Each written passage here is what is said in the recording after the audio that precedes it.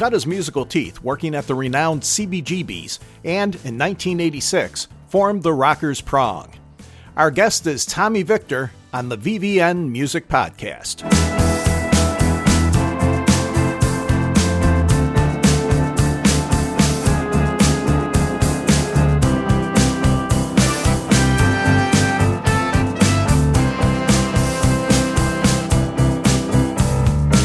Hi, and welcome to episode 45 of the VVN Music Podcast.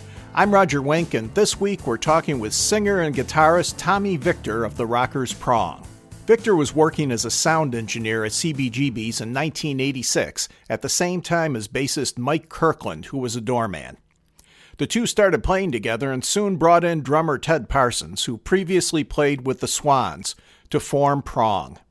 The band recorded the EP Primitive Origins and the full album Force Fed as independent releases, but soon drew the interest of Epic Records, who signed them in 1989. The next year, they released their major label debut, Beg to Differ, and followed with 3 more albums, including Rude Awakening, before being let go by the label. Prong broke up shortly thereafter, and Victor went on to play guitar for Danzig, but in 2002, he reformed the band, splitting his time between the two groups. In 2007, Tommy finally committed to taking Prong back full-time, and they've been prolific ever since. Their latest album, 0 Days, was released on July 28th. You played a couple European festivals, and now you're heading back that way in another week or two, correct? That's right. No, actually, I leave Tuesday, so it's coming up pretty quickly here. We do a bunch more festivals, and then, some, club shows, trudging the road of happy destiny here. What about the United States? Anything planned for that? I just got off the phone with my manager, and they're still looking into that. Not that I'm stalling. I just want to get the right thing. And, we just finished up a tour with Testament not too long ago. So, to get right out there, even though we have a new release out there, if something good comes, we'll do it. Otherwise, I think a club tour may be premature. But we're going to do one, obviously, but I don't know when yet. I have not had a chance to hear the new album yet, so tell me a little bit about it.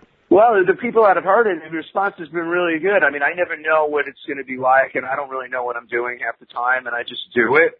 So until it was finally delivered 3 days before we went out on that previous tour, American tour, we finally got it to where we thought we liked it, and the mixes sounded really strong, and all the material was worked to the utmost, and we put a lot of time into it, and that's where I left it, where it's like, you know what?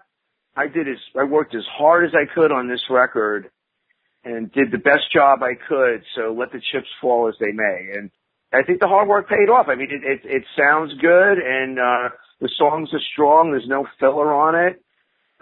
There's some sort of innovative riffs for Prong. And there's some catchy stuff on there, and it's like, it's a very well-balanced record. There's a good amount of variety on it. From what I've been hearing from others, that it reflects the whole career of Prong in one bang of a package. So I think if people were into the old records, they'll like it. If they like the mid-level Prong, they'll like it. And if they like the new Prong stuff, the last 4 records, they'll definitely like it. Well, I think you said that you wanted to put some modern elements in it, but keep the Prong feel to it. Do you think you were successful at that? Oh, yeah. Again, based upon, I saw a review recently. It said, this is quintessential modern metal. I'm like, hey, wait a minute. This is a legacy band. This is a band that, goes back a while. So, that was a major compliment for me where, we could still stay current, yet have, a legacy aspect to it as well, where it doesn't sound like a bunch of old farts, to be quite frank about it. So it's, Prong has always been in this weird realm. We're not really part of a certain genre, so there's a little bit of breathing room to do different things, and at the same time, there's boundaries, and to manipulate between those 2 points is the challenges of making a record. But, we can't afford to take chances here and there and, just up the dose a little bit here and there. You know, you've changed over time, and I know that your music now has elements of a whole bunch of different subgenres of metal, but did you mainly start out as a thrash band and then kind of evolve over time to a more industrial sound? Not really, because my background isn't really completely metal. I mean, at the time Prong started, I was in this weird post-punk realm and hardcore, whereas I was listening to a lot of Killing Joke, and I was into, New York hardcore bands, and especially like the Bad Brains, and then a lot of like Lower East Side noise music, and that's where my head was at, really. And I've always had the old favorites, of course, that I grew up upon, but I've always been like a Killing Joke, Joy Division freak, and then when thrash started coming around, when I first heard Slayer, I mean that blew me away, and then, Celtic Frost from Europe and Creator and, this new wave of thrash bands, and, combined with that with your Black Flag and, West Coast punk, and that's where my head was at. So, we sort of, from the beginning, we were a mix between that and Discharge, like, good old, British punk, etc. So, we sort of emerged into a thrash metal band. We were like, we started off more hardcore and noise and like a bunch of art rockers, and then we said, hey, well, there's these bands like Metallica and Dark Angel and Slayer rolling around. Let's just throw that in the bag. So, on the job training, we learned how to figure this stuff out, and then Prong sort of emerged from that. When you were originally working at CBGB before, going into music as a full-time performer, did you get a chance to see a lot of those bands that you looked up to? Well, I mean, previously to that, to working there, I mean, I would attend CBs as a spectator, and since I was a young boy, I mean, I saw the Ramones there, I saw the Cramps, B-52s. I mean, it went on and on, like the amount of groups that I would go and see, the Dead Boys, the Damned, and we go in there. This is before anybody got carded, and they didn't check your IDs, and I'd be there drinking at age 14, believe it or not. So we wait online, get in there, and Max's Kansas City as well. So I was on the scene. I would go to shows, and then I go to regular rock shows as well. Your Rushes and UFOs and Rainbows, and I was just fully addicted to music. So. Inevitably I made connections there, and I knew the manager of the place, and she got me a job there when I got out of school. So I started working there, and as far as the bands I've seen there, I mean, it's countless. I mean, it's as far as the hardcore groups, I worked at hardcore matinees for many years, and or 4 years, and worked during the week, audition nights, and saw anybody from Living Color and Helmet and White Zombie come out of there, and, Circus of Power and Raging Slab, and, the list goes on. I was always there, either working, and it was a great scene back then, because, I mean, we had a lot of local other clubs there, and, on nights off, I would just go around the corner. There was Lismar Lounge, and, there's several other, ABC No Rio, and there's clubs in the area just within walking distance of my crappy apartment on Stanton Street. So, it was a good education. Did you work well with, was Hilly still there at the time when you were there? Of course. Yeah, no, I mean, Hilly was my boss, and, man, there's a lot of stories. I mean, let me, for the record, I mean, there's that CBGB movie, and that's like, it's so off base of what it was like there that it's comical, actually. It really is a shame where that ended up after Hilly passed away. I think it's a clothing store or something now. Yes, yeah, it's a John Varvatos store. I mean, that whole neighborhood's completely made a transformation. I mean, the rent started going up. Believe it or not, I sort of got kicked out of the Lower East Side years and years ago. I couldn't afford it any longer. I was one of the pioneers that moved into Williamsburg, and now I could never afford to live there any longer. So now I'm getting kicked out of Los Angeles. It's getting gentrified beyond belief here as well. So, I mean, everyone wants to live in the city now. So, yeah, I mean, I know Hilly really well, and it was a great scene back then. I mean, Hilly was cool, I mean, the neighborhood was dangerous, and it was ugly, and it was dirty, and it was drug addicts and squatters, and punk rockers and artists, and that's what we can afford to live in down there. I mean, it was cheap rent. That's what attracted everyone to the Lower East Side. And just think of what the music would have sounded like if that hadn't been around at that time. Exactly. If it was, Gap stores and what have you down there now, and, chic bars, and it wouldn't be the same. I mean, that scene's been wiped out most places in America. I mean, like I said, the flux into urban areas for people that want to experience an urban lifestyle and pay the big bucks has kicked out anybody that can't afford it. You've still got a pretty good scene, though, in Los Angeles along the Strip with all the clubs, correct? It's dying out, I must say. I mean, a lot of it's moving downtown. I mean, it seems to have more of the cool scene has been moved, quote unquote, more downtown. I mean, the whiskey's still there, but it's definitely taken a plunge. I mean, I wasn't part of the whole 80s hair metal thing. I mean, I wasn't here during that time, and I never was part of that. I just heard what it was like, and, that's gone. I mean, even the Strip, I mean, it's been, the property has gone, the prices have gone up, and it's places like the Rainbow and the Key Club is gone. All those places inevitably are going to be transformed into luxury hotels, and that started happening. The House of Blues was raised and is being turned into a luxury hotel now. It's become a center for global people that, want to spend big money to live in, or rather to visit West Hollywood. You produced the new album, as you have in the past with Chris Collier, right? Chris has done most of the work. I mean, I must say, I take more credit for making an occasional decision here and there and getting us on schedule and keeping the whole project within budget more than actually doing a lot of the actual work. I mean, he's credited for engineering and mixing and mastering, so he does a lot of the work. Did you write all of the music on the album this time? I haven't. I didn't on No Absolutes neither, and I didn't on Ruining Lives, and I didn't write everything on Carved into Stone. These last 4 records, I've had outside guys too work with me. Not as much. Carved into Stone was pretty much all me. Ruining had Chris contributes. I mean, I have other guys. I mean, for the most part, I'm the center black. All the lyrics are written by me, all the vocal melodies, the center structures of some of the songs, but added parts here and there I've gotten from other guys. I had, Mike Longworth contributed on one song on this record. A friend of mine, DMX, contributed, and a friend of mine, Ely Locke, contributed on this record too. One song each on those guys, and the rest of it is Chris added his little things and ideas, arrangement on it as well.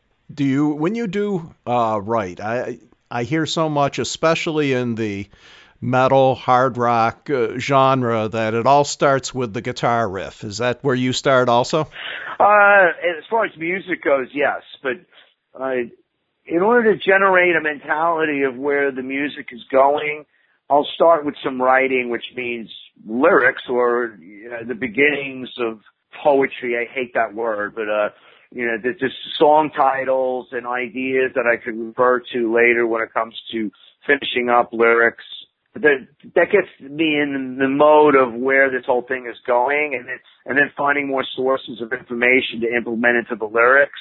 And then sort of while I'm doing that, the music comes about. So it's hard really to describe that process. There's no real book written on how this whole thing is done, but I sort of go back and forth, and then it becomes like a jigsaw puzzle, and all the pieces, you look for the different parts, and you got to put them together. And I've done it pretty continually for the last 5-6 years, not including all the records before that. So I don't really have a process. It sort of just happens, and daily there's new challenges that are presented, and solutions have to be made, and whether that's music, lyrically, vocally, melodic, I sort of have to interchange them, and I sort of change seats here and there as the process goes along. Are there any songs on the album, and I know that the music business has changed, you don't really go in as much and listen to an album and go, hey, that's the single and so forth. But is there any songs on the album that really stand out to you as being great show openers or highlights of live shows and so forth? Well, yeah, I mean, let me put it this way. I don't feel there's any filler on the record, and based on most of the responses I've gotten, people tend to agree. So, I mean, each song is pretty strong.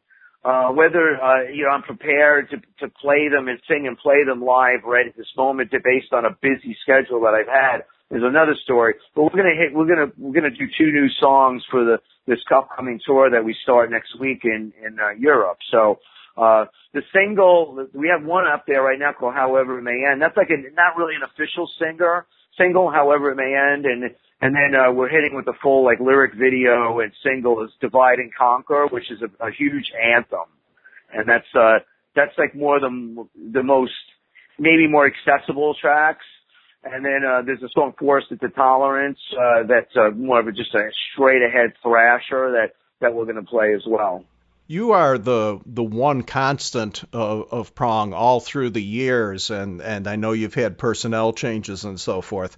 I assume that your current lineup is really strong. How did the three of you come together? Well, Art, ironically, was doing merch for the band when we were on tour with Carved into Stone. Alexi, our drummer, was an excellent drummer, was perfect for Prong. We had a little drinking escapade, and he tried to break into the van with his hands and try to smash the window and broke his hand. So it was like right in the middle of a tour, and then Art just hanging around. So I couldn't do the drums on this, and we went in the studio. We had a day off, ironically, and he just came right in and filled in for Alexi. We brought Alexi back, and then Alexi decided to go the regular job route. And Art's been here since. So, that's going on, almost 5 years now. And then Mike's been in and out of Prong for a while. I mean, when we had Monty Pittman playing bass, he would have to go on a Madonna tour, and then, Mike would fill in for him. So finally we got just said, you know what, and then Jason, who was on, tour in the last several years, he had a child in the touring schedule for Prong. And the conditions of touring with Prong were not to his appealing. So, we eventually got Mike back in, and, Mike's been doing the bass and contributing now again. Between 1990 and I think it was 1996, you guys released 4 albums on Epic Records, and it seemed like each one, your fan base and your popularity was growing, and then all of a sudden Epic came along and cut you. Did that come as a big surprise? Yes, it did come as a surprise. But I sort of knew it, not when it really happened, but just the vibe of that whole process of doing Rude Awakening, which just seemed to be like an evil period. It was so nothing negative completely surprised me. It just seemed like anytime the phone rang or anything that happened just seemed to be God's will to end the thing or whatever. It was like beyond my control. It was just a constant barrage of negativity all the time, whether in the process of the record, whether in touring, whether in people's personal lives. It was incredible. So, it's just one of those things. I mean, the ups and downs of the music business really hit hard at that period. So it wasn't a complete shocker, but I didn't think it was going to end with all this horror was going to be, come to a head in such a short period of time, but, that's the way it was. It just seemed like you were on such an upward trajectory, and it seemed like such a funny. Well, I think we made the wrong record. I mean, sometimes I like to finger point in this business, and other times, the world is not fair. On the other hand, you sort of get what you deserve sometimes, as harsh as that may be. So, I'll look at it I'll take responsibility. I mean, even though we worked our asses off, and, we tried our best, and, we sort of made the wrong record. And, I don't know why that is, but, it was something beyond my control. You went the majors route there, and now I think this is your 4th album on Steamhammer. I take it you're pretty happy with your relationship with them. Let's see, Carved into Stone, 1, Rooting Lives, Songs from the Black Hole. This is the 5th one. And, I mean, of course, I'd like to go for better distribution and, larger budgets and, potential, money for more promotion, et cetera. But, I mean, they had faith in Prong when no one else did. So, they've been, for what they are, they've been extremely supportive. You had 2 stints with Ministry. How did that come about? Well, I think it was my relationship with Mike Scascia, who's the late, great Mike Scascia. And, I've known Al. I mean, we didn't really like each other that much throughout the years, but, they wanted, I mean, try to be more discreet in this discussion, but, I'll come right out and say it, that they needed somebody to salvage one of their records, so, they called me up. And, that was a Rio Grande Blood record, and, I was sort of a little bit Glenn and I weren't really getting along at that period, so I just jumped ship and went over to Ministry and started working on a record. I felt like I wanted to participate more in the creative process, but that didn't prove to be lucrative playing with Al anyhow. But I just thought that the band was good and was like if I was cut into it, that it had potential, but that never worked out. I mean, it was actually a godsend in the end too, because it fueled and re-energized my goals with Prong again. So, everything's for a reason, and, whether you wait 6 years or whatever, I mean, it's like, that's, something that, I did, and, it's like, it has something to do with finances as well, where, Prong has always been, it's tough to make a buck with it, so, I had something else that could feed me a little bit of money and keep food on the plate. Well, you've also had really good success with Danzig. How hard is it for you to switch back and forth between Prong and Danzig, since you're a member of both bands now? It takes a lot. It's a weird thing to do. Sometimes it's a little easier than other times, but I would not say anything. I would not lie and say that it's easy. Especially on a technical side. I mean, like, Danzig songs aren't that hard, but they are for me in a way. Like, John Christ had such a unique style, and he was so good. And then, like, I have to sort of like emulate it, yet like, have my own thing in it. And, it takes just a certain, you got to get in this zone with it. And like, a lot of times, just like with ball players or anything, getting in that zone, it's always, especially when I got to jump off a Prong song and go right into that, it's a little difficult. As far as making the records, I just do what Glenn wants. I try to make Glenn happy, and Glenn is very supportive of my playing. So, I guess from the fact that we come from sort of a similar background, like we were into like, old Bowie and, Sabbath and, and then the post-punk stuff. So, he's into like raw and like, and, I think that he likes that about me, that I'm not like a technical guitar player, and I'm just like, I sort of just go for it. So, the fact that he appreciates my playing, always helps a lot with the project. But, it's Glenn's baby. I mean, I just try to make him happy, and, I don't step on his toes or anything. How did you originally get into music? In other words, back when you were a teen, what got you started playing guitar?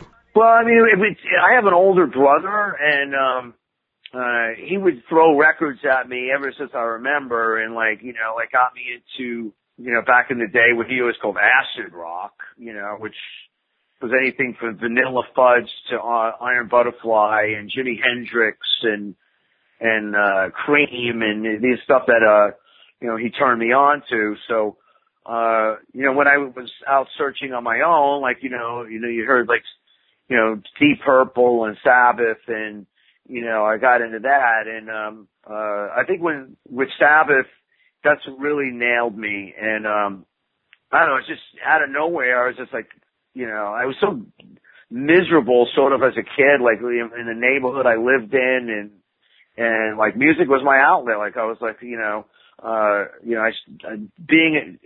my career as a jock was sort of faltering, and I just got the hook was put in my neck with listening to Sabbath records. I think was just where it really nailed me. And I was like, man, I just want to get in a band, So, literally, I mean, I was like 11 years old, and I just, I heard some guy. I just told some kid on the street. I was like, I want to play in a band. I want to, play bass or something. And it was like, and out of nowhere, this kid goes, I know somebody who's selling a bass. I'm like, really? It's like, yeah, $10. This guy around the corner. So, he told him, and he just showed up at my door with this little short scale crappy bass, and I bought it from him.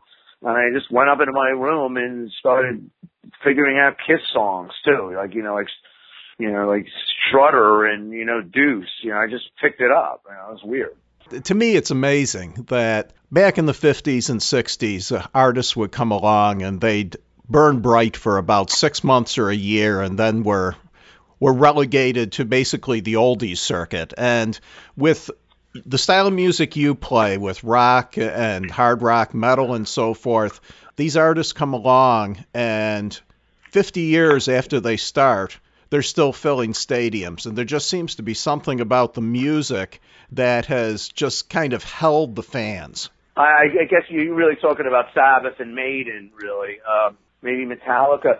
Because, the underground is the underground in a way, and metal is sort of still like underground. I mean, you can't turn on the television and even Metallica, which is this huge band, and when Metallica's on TV, it's like, oh my God, it's still to the average person, that's outrageous, and it makes me laugh. It's bizarre. I mean, the masses, and it's not bizarre. And I could get in a whole discussion about this. It's just the marketing people and advertisers at these that are heads of the faltering music industry and networks, etc. Don't like this style of music because it's, for whatever reason. I don't even want to. It gets into these socioeconomic reasoning, and they just don't feel it's worth their while to market anything towards this audience. So there's a certain pride about that, and these people come out of the woodwork. I mean, it's a franchise. It's a segment of society that emerge out of the cracks in the landscape of America that come anywhere in the world to see this music. So, it's these iconic bands will always benefit from that. But even, I mean, you play a lot of the, especially European rock festivals and so forth, and so many of the bands that are on those bills, like yourself, have a fairly long history and have still a fairly large fan base. Well, I'm not going to talk about, Prong has a weird fan base. Because we're not genre oriented, and that's to our financial detriment in a lot of ways. The bands that were bold enough to play to their audience and stick with that and just keep churning out those records, they've benefited from that. Prong was always a bit too confused to put money in our pockets. We're a bit egotistical and we still are in trying to either break ground or try to implement other stuff into it a little bit too much for the mass audiences or the genre specific audiences of your Maidens and even the big hardcore bands Hatebreed and then there's the newer bands that are they play to their audiences and they do a freaking great job at it. So there's something to be said of it. They deserve that notoriety and the audience responses and the popularity because of that. Well, Tommy, I do appreciate you calling in, and I wish you the best of luck with the new album. Oh, thank you so much, sir. I really appreciate it. Prong's latest album, 0 Days, is available now. We'll be back soon with more editions of the VVN Music Podcast with guests like Carl Palmer, Jesse James Dupree of Jackal, Blaze Bailey, and Ross the Boss. Remember that you can hear the VVN Music Podcast via iHeartRadio, YouTube, iTunes, Stitcher, Google Play, Libsyn, and the VVN Music website. For the latest news on the veteran artists of rock, pop, soul, country, folk, and blues, go to vvnmusic.com. If you have any comments or questions about the website or this podcast, please send them to vvnnetwork@gmail.com. Our theme music is performed by Yahar. This program was released on July 31st, 2017. The VVN Music Podcast is a production of the VVN Network, copyright 2017.